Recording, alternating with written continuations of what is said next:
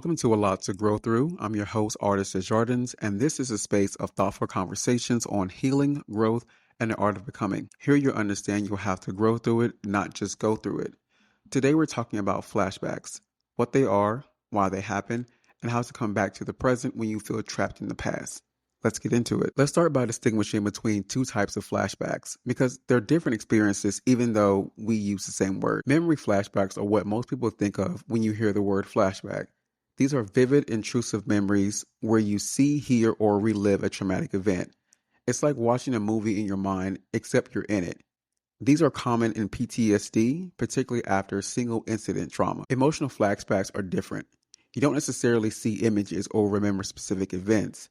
Instead, you're flooded with the emotions, body sensations, and beliefs from a traumatic time in your life, but without the narrative context. You might suddenly feel small, powerless, terrified, or ashamed, but you can't pinpoint why.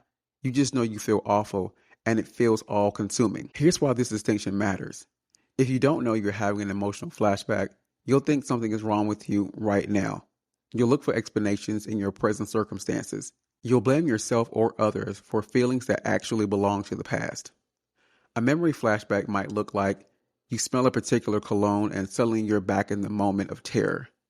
You can see it, feel it, you're there. An emotional flashback might look like your partner says they need space and suddenly you feel this crushing sense of abandonment, terror, worthlessness, but you don't connect it to being abandoned as a child. You just think, I'm unlovable. This relationship is doomed. I can't survive this. Same root, trauma, different presentation. I've experienced both types of flashbacks, and while both are disorienting, I have to tell you, emotional flashbacks are the ones that really get me. Reason being, emotions rule your entire being. When you're having a memory flashback, at least part of you knows what's happening. You can see the memory. You might recognize it as something from the past, even if you feel trapped in it. But emotional flashbacks, they're different. You don't have the context. You don't have the narrative. You just have this overwhelming flood of feeling. Terror, shame, helplessness, rage, and you don't know where it's coming from. And when your emotions are running haywire like that, you have the potential to lose control of yourself. That's what makes them so disorienting for me. Because emotions aren't just feelings. They affect everything. Your thoughts, body, behavior, sense of reality. When you're in an emotional flashback, you're not just remembering something bad that happened. You're feeling like you're that person again. That helpless, overwhelmed version of yourself from the past.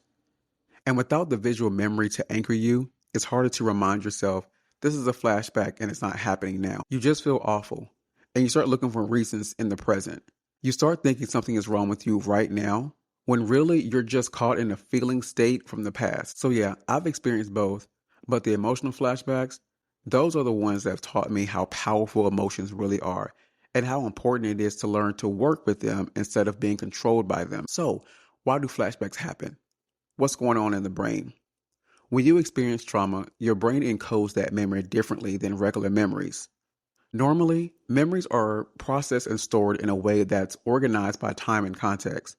You know what happened in the past, you can recall it without reliving it. But traumatic memories often don't get processed this way. They're stored in fragmented form, sensations, emotions, images, without the narrative structure or timestamp. So when something in the present reminds your brain of that unprocessed trauma, a trigger, your brain pulls up that memory as if it's current information. In the brain, your amygdala, which is linked to emotions, fear, and motivation, says, danger. This is happening now. Your hippocampus, which is supposed to provide time and context, says, wait, when is this from? But if the memory isn't properly integrated, the hippocampus can't answer. So your brain defaults to, it must be now. So the result? Flashback. This is why flashbacks feel so real. Because to your nervous system, they are real. Your body is producing the same stress response it did during the original event. Your heart races, you might sweat, you might feel the same terror or helplessness. So you're not imagining it, you're not being dramatic, your brain genuinely believes you're in danger. So now we know what flashbacks are and why they happen. The question is, what do you do when you're in one? The goal during a flashback is to help your brain distinguish between past and present, to bring yourself back to the here and now.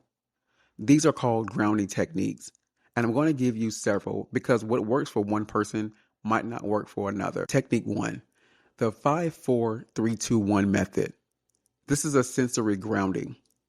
You're using your senses to orient yourself to the present moment. Name out loud, or in your head if you're alone, 5 things you can see. So the lamp, the tree, your hands, so forth. 4 things you can touch: the chair, your shirt, the table.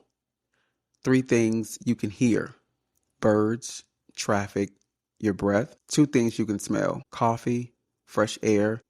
1 thing you can taste: gum, water, or notice a taste in your mouth. While this works, it forces your brain to engage with sensory information from the present environment, which signals we are here, not there. Technique 2, timestamp orientation.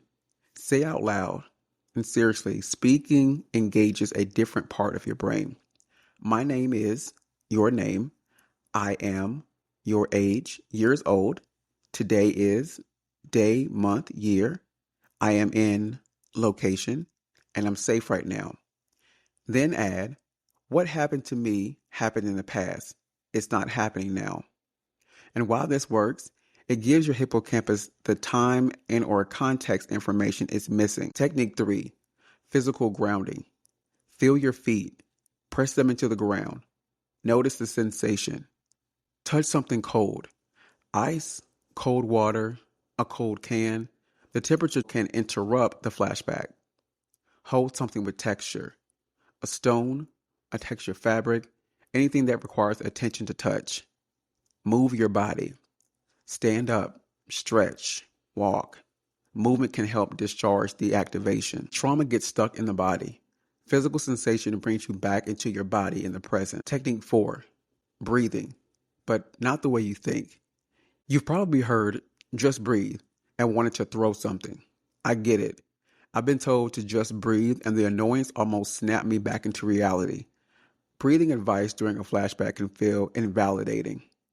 But here's a specific technique that's different. Longer exhales than inhales. Breathe in for 4 counts. Breathe out for 6 to 8 counts. Repeat for 2 to 3 minutes. Now, this works because longer exhales activate your parasympathetic nervous system, the rest and digest response. It psychologically calms your body down. Technique 5, self-soothing talk. This might feel awkward, but it works. Talk to yourself like you would talk to a scared child. You're safe. I'm here with you. This is a memory. It's not happening now. You're going to be okay. I've got you. And while this works, it engages your prefrontal cortex, the thinking brain, which can help regulate the amygdala, the fear brain. So I've tried pretty much all of these grounding techniques, well, all except physical grounding. I haven't really gone the cold water or textured object route yet, but the 5-4-3-2-1 sensory thing, timestamp orientation, breathing, self-talk, yeah, I've tried them all. And I've learned not everything works for everyone, and that's okay. The 2 that actually work are breathing techniques and self-talk. Breathing works because it slows down the acceleration of my body.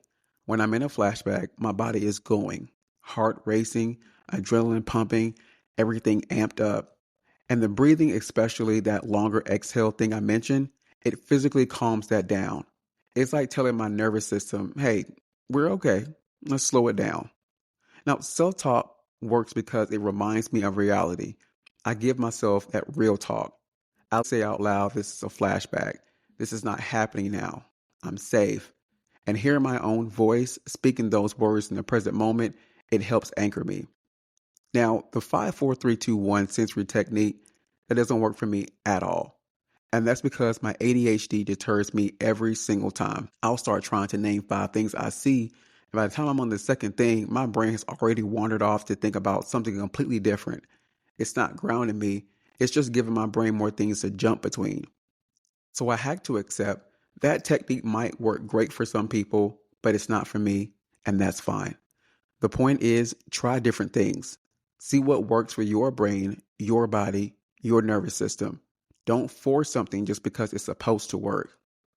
And when grounding is working, here's what it feels like for me. It feels like an adrenaline rush gradually coming to a halt.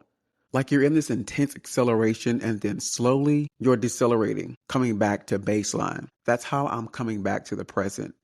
The intensity lessens, my breathing evens out, and I start feeling like myself again. Okay, so you've used grounding techniques and you're back in the present. So, what now? First, be gentle with yourself. Flashbacks are exhausting. They take a physical toll. Your body just went through a stress response. So you might feel drained, shaky, emotional, or numb, but that's normal. Second, don't judge yourself. You didn't choose to have a flashback. It's not a weakness. It's your nervous system doing what it does after trauma. Avoid the spiral off. The why did this happen? I thought I was doing better. I should be over this by now. That's shame talking, and shame makes everything worse. Third, process it when you're ready.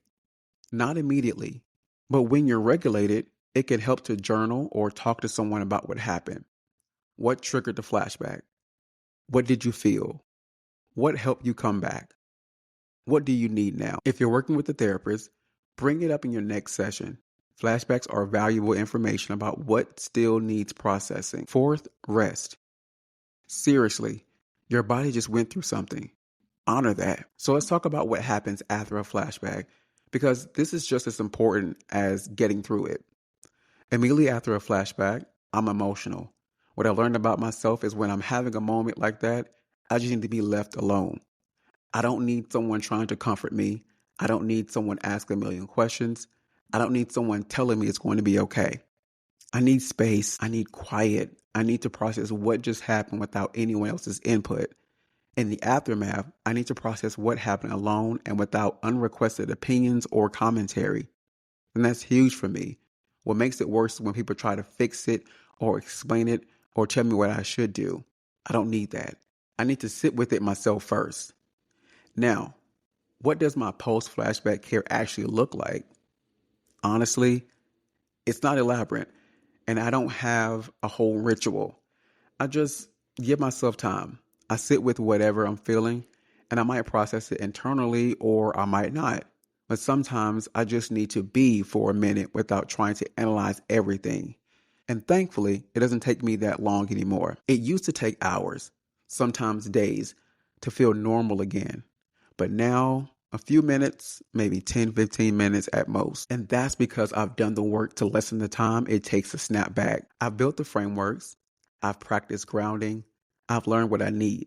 So now, when a flashback happens, I can move through it faster. I can recover faster. It doesn't have to take forever. The more you practice, the more you understand yourself, the quicker you can come back. But in that immediate aftermath, honor what you need. If you need to be alone, be alone. If you need to call someone, call someone. There's no right way to do this. Just don't abandon yourself. Don't push through like nothing happened. Your body just went through something. Tend to it. I want to address something directly.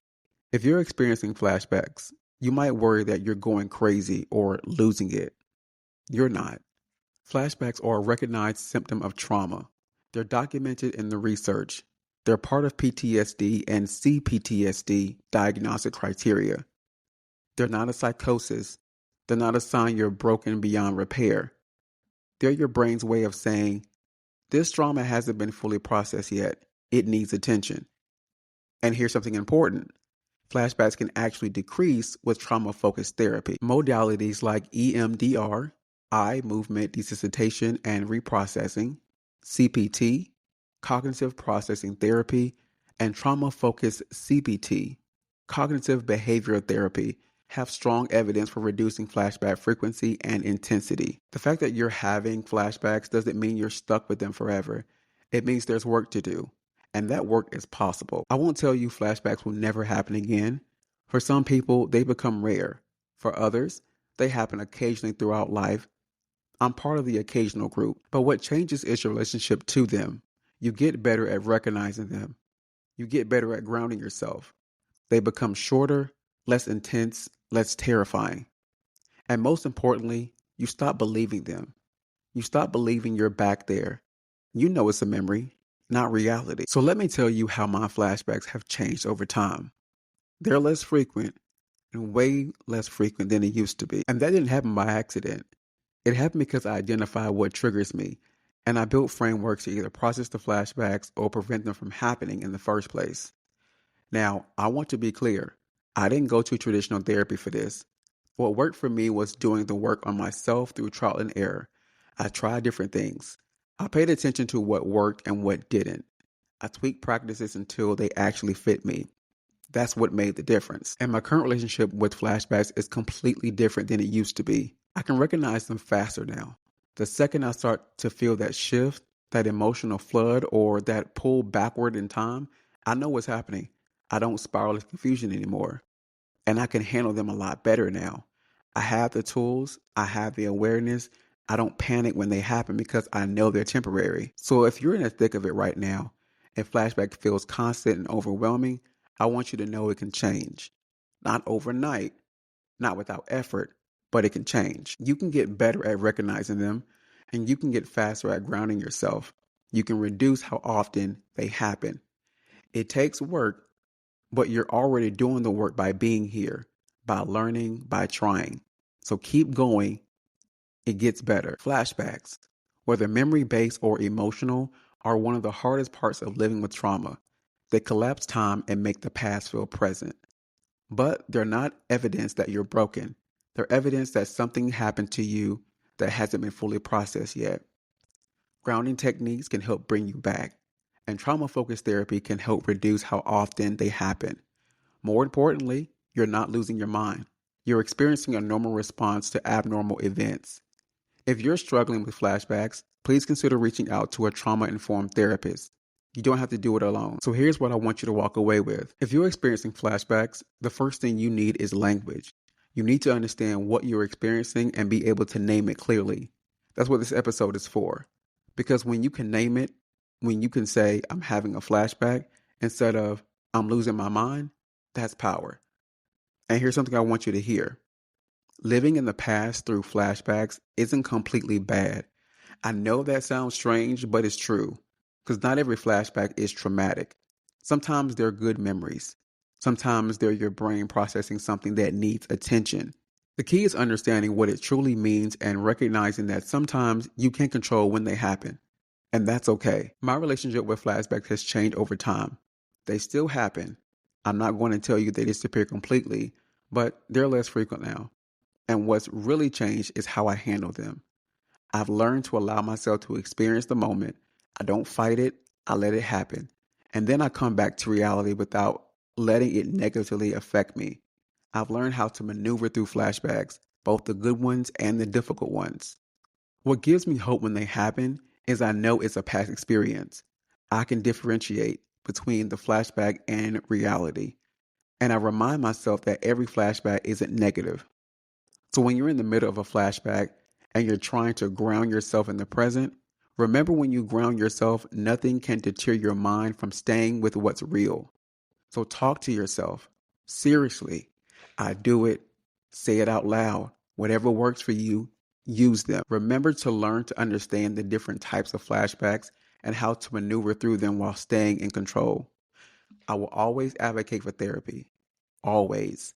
If you're struggling with flashbacks, please reach out to a trauma-informed therapist that can help you process what needs processing. But also, be patient with yourself. Give yourself that grace. This is hard work. And if the grounding techniques I talked about in this episode work for you, practice them. If they don't, find what does. The hard underlying truth is flashbacks are the subconscious operating in the way you're allowing it to. You have way more control than you think, not over whether they happen, but over how you respond when they do. They're absolutely a sign that healing is needed, but they're also temporary, even when they feel permanent. And flashbacks and healing work, they go hand in hand, and you can't do one without encountering the other. So if one happens today, tomorrow, next week, you're going to be okay. You know what it is now. You know you're not losing your mind. You know how to ground yourself. You know you can come back. You're stronger than what happens to you.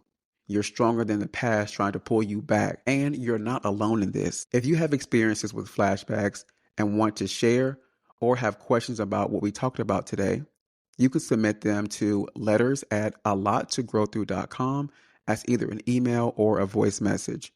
Also, check out alottogrowthrough.com for more information on the podcast. If you enjoyed this episode, please subscribe. The podcast and future episodes are available on Apple Podcasts, YouTube, Spotify, wherever you listen to podcasts. Until then, remember, healing isn't linear, and you're doing better than you think. I'll see you next week.